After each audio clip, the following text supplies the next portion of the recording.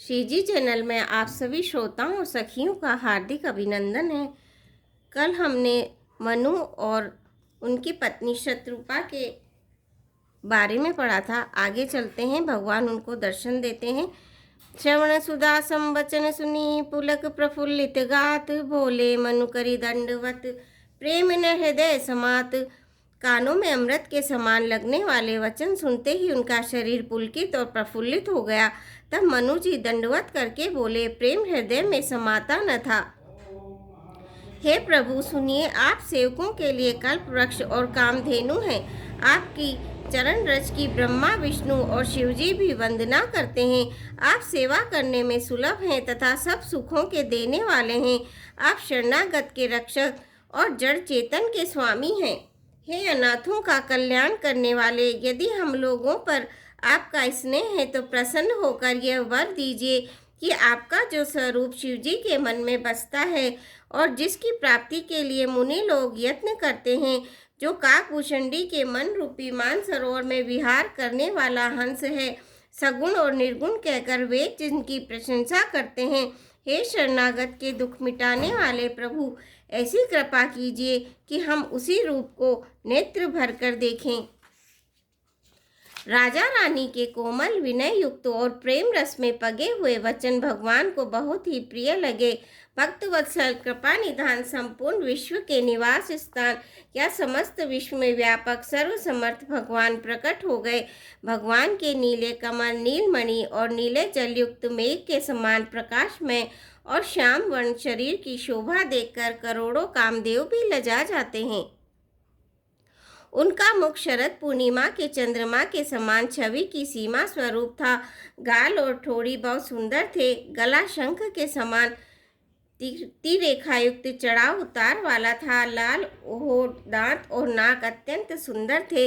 हंसी चंद्रमा की किरणों वाली को नीचा दिखाने वाली थी। नेत्रों की छवि नए खिले हुए कमल के समान बड़ी सुंदर थी। मनोहर चितवन जी को बहुत प्यारी लगती थी।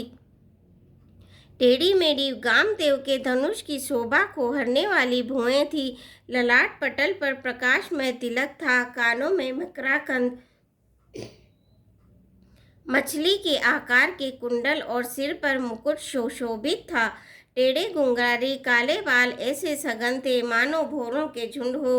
हृदय पर श्रीवत्स सुंदर वनमाला, रत्न जडित हार और मणियों के आभूषण सुशोभित थे। सिंह की गर्दन थी, सुंदर जनेऊ था। भुजाओं में जो गहने थे वे भी बहुत सुंदर थे। हाथी की सूंड के समान सुंदर भुजदंड थे। कमर में तरकस और हाथ में बाण और धनुष शोभा पा रहे थे। स्वर्ण वर्ण का प्रकाश में पीतांबर बिजली को लजाने वाला था। पेट पर सुंदर 3 रेखाएं त्रिवली थी। नाभि ऐसी मनोहर थी मानो यमुना जी के भंवरों की छवि को छीन लेती हो, जिनमें मुनियों के मन रूपी भूरे बसते हैं। भगवान के उन चरण कमलों का तो वर्णन ही नहीं किया जा सकता। भगवान के बाएं भाग में सदा अनुकूल रहने वाली शोभा की राशि जगत की मूल कारण रूपा आदि शक्ति श्री जानकी जी सुशोभित हैं, जिनके अंश से गुणों की खान अगणित लक्ष्मी, पार्वती और ब्रह्माणी त्रिदेवों की शक्तियां उत्पन्न होती है तथा जिनकी भुओं के इशारे से ही जगत की रचना हो जाती है। वही भगवान की स्वरूपा शक्ति श्री सीता जी श्री रामचंद्र जी की बाईं ओर स्थित हैं। शोभा के समुद्र श्री हरि के रूप को देखकर मनु शत्रुपा नेत्रों के पट यानी पलके रोके हुए एक टक स्तब्ध रह गए। उस अनुपम रूप को वे आदर से ही देख रहे थे और देखते देखते गाते ही न थे। आनंद के अधिक वश में हो जाने के कारण उन्हें अपने देह की सुधि भूल गई। वे हाथों से भगवान के चरण पकड़कर दंड की तरह सीधे भूमि पर गिर पड़े। कृपा की राशि प्रभु ने अपने कर कमलों से उनके मस्तकों का स्पर्श किया और उन्हें तुरंत उठा ही लिया। बोले, कृपा निधान पुनि अति प्रसन्न मोहि जानी, मांगो बर जोई भाव मन महादानी। अनुमानी सियापति रामचंद्र की जय, पवन पुत्र हनुमान की जय। मंगल भवन अमंगल दबहु सुदशरथ अजर बिहारी। राम सिया राम जय जय राम।